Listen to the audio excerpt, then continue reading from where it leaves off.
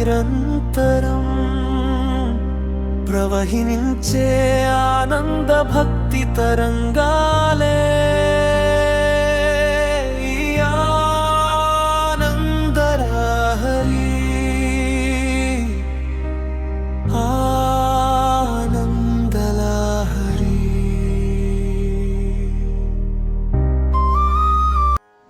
ఓం శ్రీ మహాగణాధిపతయే నమః. శ్రీ గురుభ్యో నమః. శ్రీమాత్రే నమః.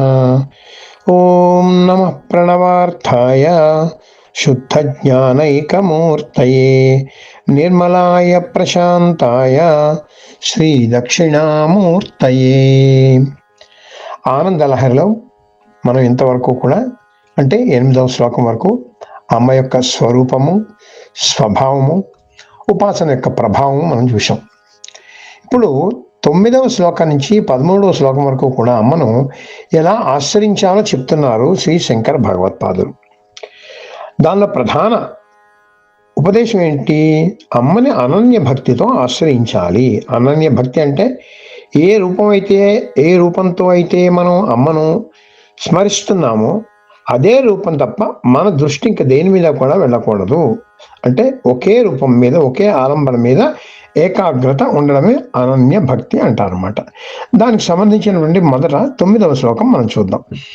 ప్రభుతా భక్తిస్తే యదపిన మయాలోల మనసః త్వయా తు శ్రీమత్యా స దయమవలోక్యోహమథునా పయోధ పానీయం దిశతి మధురం చాతకముఖే భృశం శంకే కైర్వా విధిభిరనునీత మమ మతి. అమ్మా, చెప్పాల చిత్తుడైనట్టు నాకు నిజం చెప్పాలంటే నీ అందరూ నాకు భక్తి ఎందుకో కలగడం లేదమ్మా.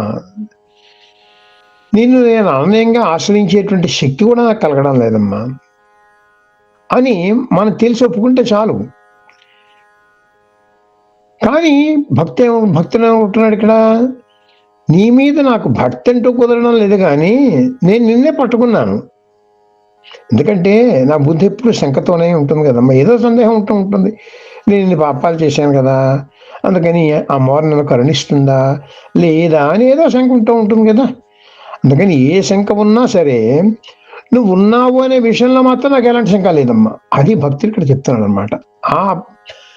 ఆ విషయం ఇక్కడ అంత చక్కగా వివరిస్తున్నారు చూడండి. మొదట ప్రభుతా భక్తిస్తే యదపిన మయా లోల మనసః త్వయా తు శ్రీమత్యా సదయం అవలోక్యోహమధునా అంటున్నారు.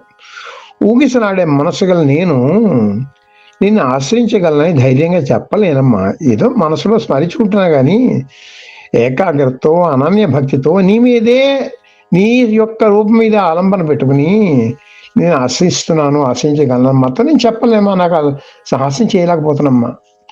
నా మనసు ఎందుకంటే లోల మనస, చంచలమే మనసు కదమ్మా, లోలత్వం కలిగిందమ్మా. ఎంత ప్రయత్నించినా నీ అంత భక్తిగా నాకు కుదరడం లేదమ్మా. నువ్వు నన్ను కరుణిస్తావో లేదో అనేటువంటి శంకతో నేను మనస్ఫూర్తిగా ఆశ్రయించలేకపోతున్నానమ్మా. నేను అంటే శంకతోటేమో మనసుతో ఊగిసలాడుతూ నిన్ను ఎలా ఆశ్రయించగలనమ్మా, ఎంతసేపు కూడా అమ్మ నన్ను కరుణిస్తుందా అని దీని దృష్టితో ఉంటున్నానే. మరి అలాంటి నా సాధన మీద మాత్రం నాకు నమ్మకం లేదమ్మా. కానీ నువ్వు ఉన్నావని, నువ్వు నాపై దయ చూపించే అవ్యాజ కరుణామూర్తి అనే విషయాన్ని మాత్రం నాకు ఎలాంటి శంక లేదు, ప్రగాఢ విశ్వాసం ఉంది. ఇదే భావన మనకి సౌందర్య లహరిలో శంకర భగవత్పాదులు చక్కగా చెప్తారండి. దృశాద్రాఘీయస్య దరదళిత నీలోత్పల రుచ దవీయాంశం దీనం స్నపయ కృపయా మామపి శివే అంటూ ఈ శ్లోకంలో చక్కగా చెప్తారు. అంటే అమ్మా, నీ కళ్ళు ఎలాంటివమ్మా, అరబిరిసిన నల్ల కలువలు వెళ్ళే ఉన్నాయమ్మా నీ కళ్ళు. అటువంటి నీ నేత్రాల నుంచి నీ దయ అనేటువంటి ఆ కృపా వర్షాన్ని, అంటే ఆ దృష్టిని, నీ దృష్టిని దీనంగా ఎక్కడో ఉంటూ భగవత్ చింతనకు దూరమైనటువంటి నాపై కూడా వర్షించమ్మా. నేను నీకు దూరంగా ఉండవచ్చు, ఎందుకంటే నిన్ను సమీపించగలిగిన సామర్థ్యం నాకు లేదు కదమ్మా. కానీ నువ్వు విశాలాక్షివి, అపార కరుణామూర్తి కదమ్మా. నువ్వు నీ దృష్టిని ఎవ్వరిపైనైనా ఎప్పుడైనా ఎంతసేపు అయినా ప్రశ్నించగలవు. నువ్వైతే ఎవరినైనా సమర్పించగలవు. నేను నీ దగ్గరికి రాగలనా, నువ్వు నా దగ్గరికి రాగలవు. కానీ అందుకని నీ దగ్గర నీకు సమీపించగలిగేటువంటి సామర్థ్యం నాకు లేదు. అందుకని నీ దయాదృష్టి నాపై పెడితే నా జన్మ తరించిపోతుంది కదమ్మా. అలా చేసినట్టయితే నీకేం నష్టం అమ్మా, నీకు ఈ శాలమైన దృష్టి కదమ్మా ఇది అంటున్నారు అన్నమాట. ఇంత చక్కటి భావన అండి. కనకధార స్తోత్రంలో కూడా శంకర భగవత్పాదులు ఎలా చెప్పారో చూడండి. మనందరికీ తెలుసు, ఈశన్నిషీదతుమయీ క్షణార్థం అంటారు. అంటే అమ్మా నీ దృష్టి అంతా అక్కర్లేదమ్మా, నాకు ఈశన్ మాత్రం కొంచెం, అందులో సగం చాలమ్మా, అదైనా ఒక్క క్షణం చాలమ్మా. జన్మల్లో నేను చేసుకున్న పాపం అంతా పటాపంచలైపోతుంది కదమ్మా జన్మ ధరించడానికి. అందుకని నీ కడగంటి చూపుల్లో కొంచెం సేపు నా మీద ప్రసరింపజేయమా చాలా అంటున్నారు. ఎక్కడ? కనకధార స్తోత్రంలో ఇదే శంకర్లు. మనకు చూడండి, అమ్మవారి యొక్క లక్ష్మీ మంత్రపుష్పంలో కూడా శ్రీసూక్తంలో వస్తుంది కదా, శ్రీమన్మంద కటాక్షలబ్ధ విభవ బ్రహ్మేంద్ర గంగాధరాం అని చెప్తారు. తాం త్రైలోక్య కుటుంబినీం అంటే బ్రహ్మేంద్ర రుద్రులు కూడా నీకు అడగంటి చూపుతారు, వైభవం పొందుతున్నారు కదమ్మా. అలాంటప్పుడు నేనేమో నీకు దూరంగా ఉన్నాను, నేను నీ దగ్గరికి వెళ్ళాను, కానీ నువ్వు నా దగ్గరికి రాగలుగుతున్నాను. కానీ నీ దృష్టి నా మీద కూడా కొంచెం ప్రసరింపజేయమ్మా అంటున్నారు అన్నమాట. అది చూసారా, దానికి ఎలా పోలుస్తున్నారంటేట, పయోద పానీయం దిశతి మధురం చాతకముఖే త్వయా తు శ్రీమత్యా సదయమవలోక్యోహమధునా. చాతక పక్షి అని ఒక పక్షి ఉంటుంది. అదేంటి, ఎంతసేపు నోరేమో ఆకాశం కేసి పెట్టుకుని మేఘాలు వస్తుంటే, అమ్మాయి మేఘాలేమో ఆకాశం కురుస్తాయా, వర్షం కురుస్తుందా లేదా అనే సందేహంతో ఆ శంకతలాగా ఆకాశం కేసి చూస్తూ ఉంటుంది. అదేమిటంటే విచిత్రం, సృష్టిలో భూమి మీద ఎంత నీరు ఉన్నప్పటికీ కూడా ఒక్క చుక్క కూడా ముట్టుకోవాలి. ఆకాశం నుంచి డైరెక్ట్గా పడేటువంటి ఆ నీళ్ళే తాగుతుంది అది. అందుకని అలా నోరు తెచ్చుకొని ఆకాశంగా చూస్తూ ఉంటుంది అనమాట. అది ఏమో నేనేమో విన్నాను, ఆ వర్షం పడుతుందో పడదో, పడితే నా నోట్లో పడుతుందో పడదో అనేటువంటి శంకతో అలాగ చూస్తూ ఉంటుంది చాతక పక్షి కూడా. అంటే ఏంటి, ఆ శంక ఉన్నా లేకపోయినా ఆ చాతక పక్షికి మబ్బు నుంచి ఒకే రకమైన నీరు అంతలా కురుస్తూ ఉంటుంది కదా. కానీ దీనికి మాత్రం, ఈ చాతపక్షి మాత్రం ఏదో కొంత శంక ఉంటుంది అనమాట.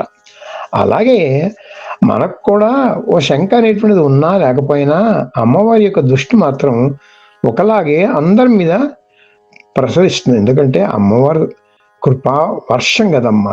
అది ఎవరి మీద వర్షించిన ఆ వర్షం అందరి మీద వర్షిస్తూ ఉంటుంది అన్నమాట. అదే చూడండి, మనకి దేవి అపరాధ స్తోత్రంలో కూడా, క్షమా స్తోత్రంలో కూడా చెప్తారు, న మంత్రం ను యంత్రం తదపి చ న జానే స్తుతిమహో అంటూ, పరంజానే మాత త్వదనుసరణం క్లేశహరణం అంటూ సరిగ్గా ఇదే భావన అక్కడ కూడా చెప్తారు. ఇది కూడా శంకర భగవత్పాదులే కదా. మరి అమ్మా నీ గురించినటువంటి మంత్రం కానీ, యంత్రం కానీ, స్తోత్రం కానీ, ఆవాహనం కానీ, ధ్యానం కానీ, ముద్రలు కానీ ఏమీ తెలియవమ్మా. ఇవన్నీ నాకు తెలియదే, నాకు ఏడవడం కూడా చేత కాదమ్మా. కానీ నిన్ను అనుసరిస్తే దుఃఖాలన్నీ కూడా తొలగిపోతాయనే విషయం మాత్రం నాకు తెలుసు, దాని మీద నాకు సందేహం లేదు అంటారు. చూసారా, ఇదే భావన, ఇంత చక్కటి భావన అన్ని చోట్ల ఉంది. చూసారా, మనం ఇంకా చెప్పుకుంటే చాలా ఉంటాయి అనుకోండి.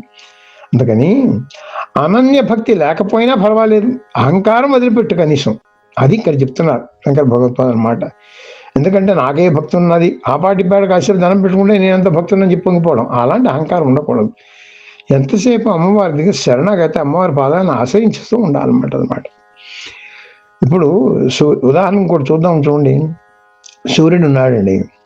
సూర్యుడు తాలూకా కాంతి, వీడు మంచివాడు, వీడు చెడ్డవాడు, మంచివాడు కాబట్టి కొంచెం వీడికి ఎక్కువ కాంతి ఇద్దాం, చెడ్డవాడు కాబట్టి వీడు వెళ్తాడు తక్కువ ఇద్దామని ఎప్పుడో సూర్యుడు అనుకుంటాడా?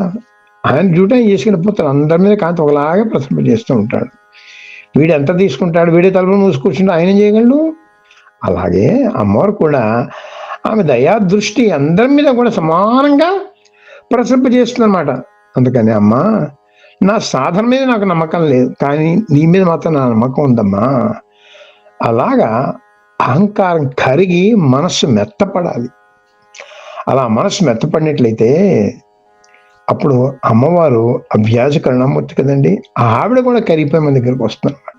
ఇప్పుడు ఉదాహరణకి చూడండి, మట్టి గట్టిగా ఉంటే ఏం చేయగలమండి? ఎండిపోయి గట్టిగా ఉంటే అది మెత్తపరచాలి, దానిలో నీటి పోసి మెత్తపరచాలి, అదే ఆర్ద్రత అంటారు.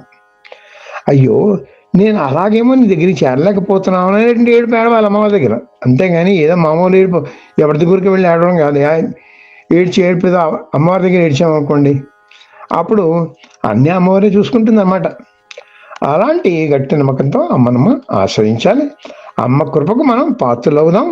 అలాంటి దయామూర్తి అమ్మను మన స్మరణలో నిత్యం పెడుతున్నట్టు ఆ శంకర్లకి ప్రణమిల్లుదాం. ఆ శ్లోకం ఒక్కసారి చూద్దాం అండి.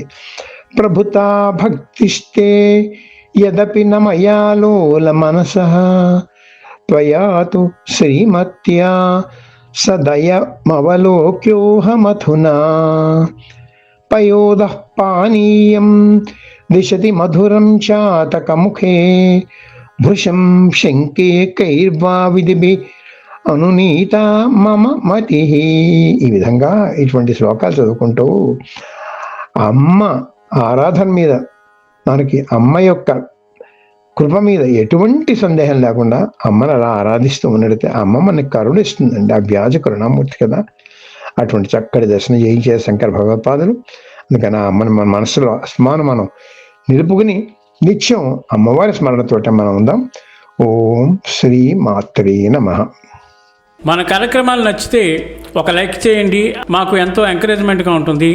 అలాగే కామెంట్ చేయండి. కామెంట్ చేస్తే మేము మంచి క్వాలిటీ కంటెంట్ అందించడానికి దోహదపడుతుంది. ఆడియోస్ని షేర్ చేయండి. ఆడియోని షేర్ చేస్తే మన ఛానల్ అభివృద్ధి చెందడానికి ఉపయోగపడుతుంది. ఇంతవరకు మన కార్యక్రమాన్ని చూస్తూ ఎంజాయ్ చేస్తున్నట్లయితే, ఒకవేళ సబ్స్క్రిప్షన్ కనుక చేయలేకపోతే ఇప్పుడే ఈ క్షణమే సబ్స్క్రైబ్ చేసుకుని ఆ పక్క నుండి బెల్ బటన్ మోగించండి. వినండి, వినిపించండి, వింటూనే ఉండండి మోహనవాణి తెలుగు పోడ్కాస్ట్.